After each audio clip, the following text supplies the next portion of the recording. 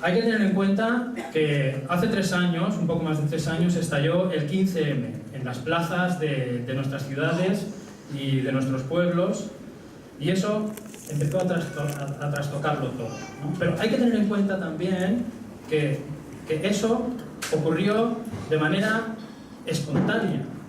Pero antes de ese estallido espontáneo ocurrieron cosas que no veíamos.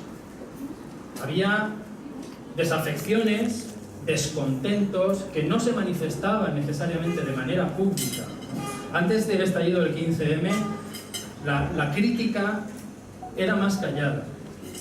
La gente hablaba en sus casas, los amigos, en los bares, pero había un descontento grande, había una desafección de lo que era el bipartidismo, esa manera en que el Partido Socialista y el Partido Popular se iban alternando en el poder, representando una función teatral para hacernos pensar que vivíamos en democracia, pero en realidad estaban de acuerdo en todo lo importante, ¿no? Esa estrategia que han llevado a cabo durante estas prácticamente 4 décadas en el Estado español y que ha funcionado muy bien, dejó de funcionar.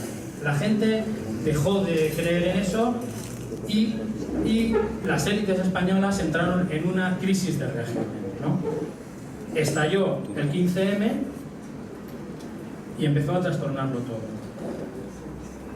¿Qué características tuvo el 15M que luego han seguido apareciendo en las transformaciones que ha sufrido el 15M y que ahora se ven también en Podemos, ¿no?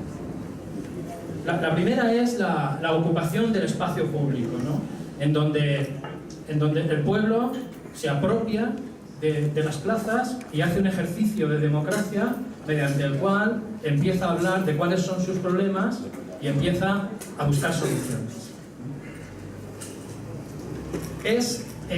Y se organiza de manera asamblearia, radicalmente asamblearia y horizontal.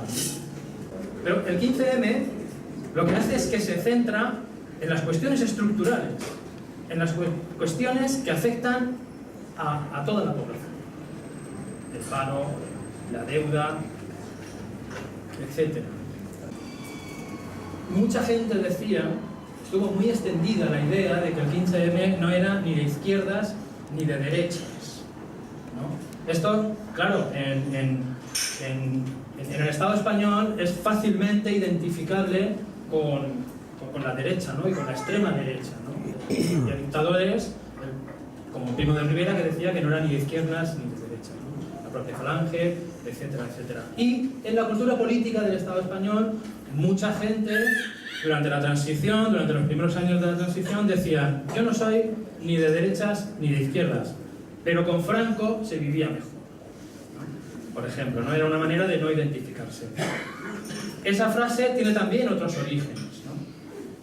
Los anarquistas también, siempre como rechazaban la organización de las ideologías políticas emanada de la Revolución Francesa, de izquierdas y derechas, ellos decían, como no participaban en el parlamentarismo, decían que no eran ni de derechas ni de izquierdas, ¿no? Este es un momento de muchos traslados de población en la estructura social, una movilidad descendiente. Gente que antes vivía ideológica y económicamente integrada en la sociedad española, ahora de repente ya no lo está. Pues porque han perdido el trabajo, porque no pueden pagar la hipoteca, porque se enfrentan a un desahucio, porque han sido desahuciados, porque sus hijos no pueden estudiar en la universidad, porque no pueden pagar la matrícula. Hay muchos desplazamientos y mucha gente se siente desubicada. Y hay mucha gente que está reubicándose ideológicamente, pero no está adquiriendo nuevas identidades. Ahora ya no dicen: yo antes era votante del PP, de la derecha, ahora soy comunista, o soy otra cosa. Eso no está ocurriendo. Son desplazamientos ideológicos mediante los cuales la gente coge cosas y de manera fragmentada, no tiene por qué cogerlo todo. Por eso, tanto en el 15M como en Podemos y en todo lo que ha habido en medio, hay gente muy diversa. Es realmente un momento muy bonito porque estamos recibiendo mucha gente con orígenes distintos. Y toda esa gente está en contra de lo que está ocurriendo y quiere buscar soluciones de manera colectiva.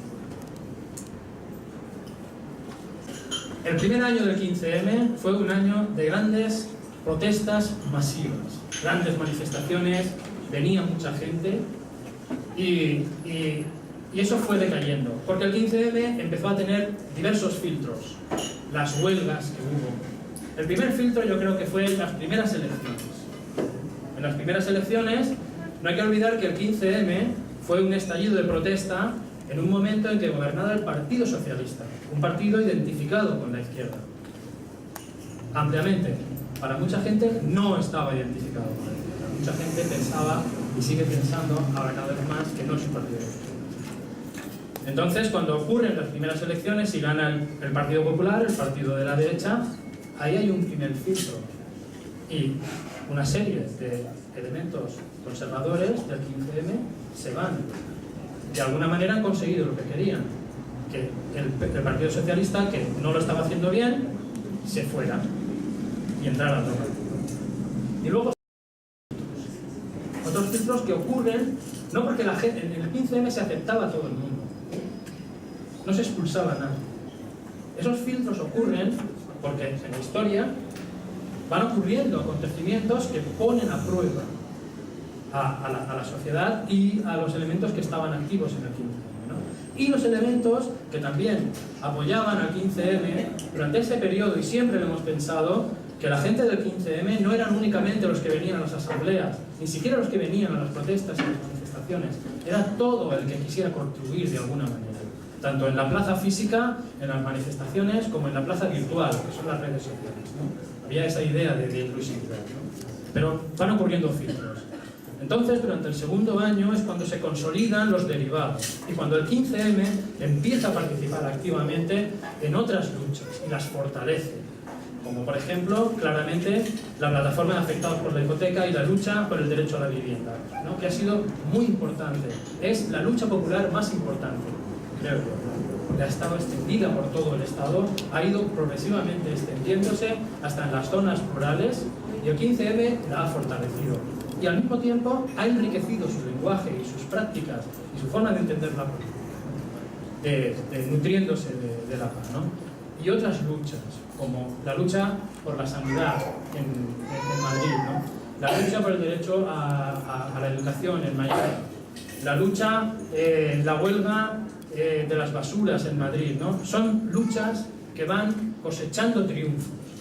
Van cosechando triunfos y la gente, la mayoría de la población, empieza a pensar que la lucha puede tener resultados. Ya es muy difícil que alguien diga hoy día en el Estado español que no sirve de nada protestar, porque las victorias están ahí, aunque sean pequeñas, pero van habiendo victorias, ¿no? Y después de las elecciones europeas todo ha cambiado.